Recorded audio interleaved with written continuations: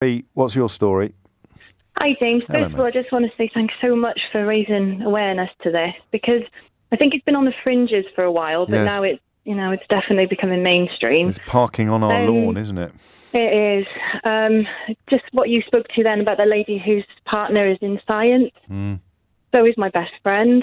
Has a degree in microbiology, as does my husband. That's how they know each other. Right. And has just completely gone down the rabbit hole. We both had an interest, and I mean like an outside interest in conspiracy. Sure. But then he suddenly became quite recluse. He got rid of his telly, which was a real weird sign. He's just constantly on YouTube. And what people who don't spend a lot of time on YouTube don't know, I had to have this explained to me a while ago, is, I mean, you know, on Netflix it's quite fun because it does a sort of, if you liked this, you might like this type thing, doesn't it? It's called an algorithm, and it looks at what you've done and makes suggestions for what you might do next. And YouTube makes its money the longer you're on there. The longer you're on there, the more adverts you watch. And he must be making some money for YouTube. Well, that's the point, because if you were to, for example, watch a clip about how awful James O'Brien is, suddenly you get recommended 500 more clips about how awful James O'Brien is, and all you ever see is clips about how awful James O'Brien is. And I know you won't believe this, Ree, but some people end up believing that James O'Brien is awful. Surely not. No, Surely they not. do. I promise you. I've got the receipts. But that's the point, isn't it? He gets an utterly undiluted diet of crackerjack. Well, that was my next point I was coming to. Diet.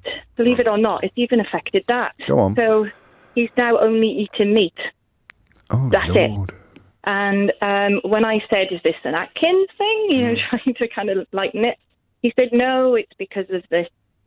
Oh, I even hate using these words, but the vegan woke culture that we need to stamp out. It's all lies. And of course, he doesn't believe in climate change. And he's a man of science.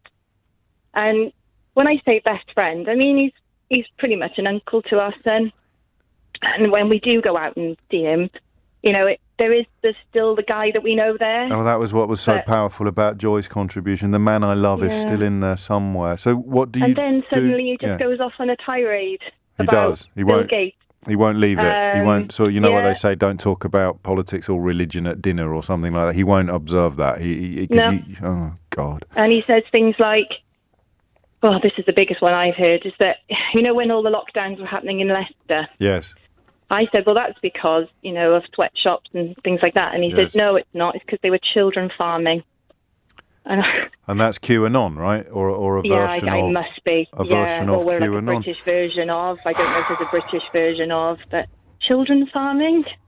Children farming? Well, and like organ farming, children's organs. And what's in it for? What's in it for for Bill Gates, or what's in it for the? Well, that's what I said to him. I said, if it's such an anti-capitalist thing, it hurts them the most. Well, that's though, because but you're bringing logic to the table.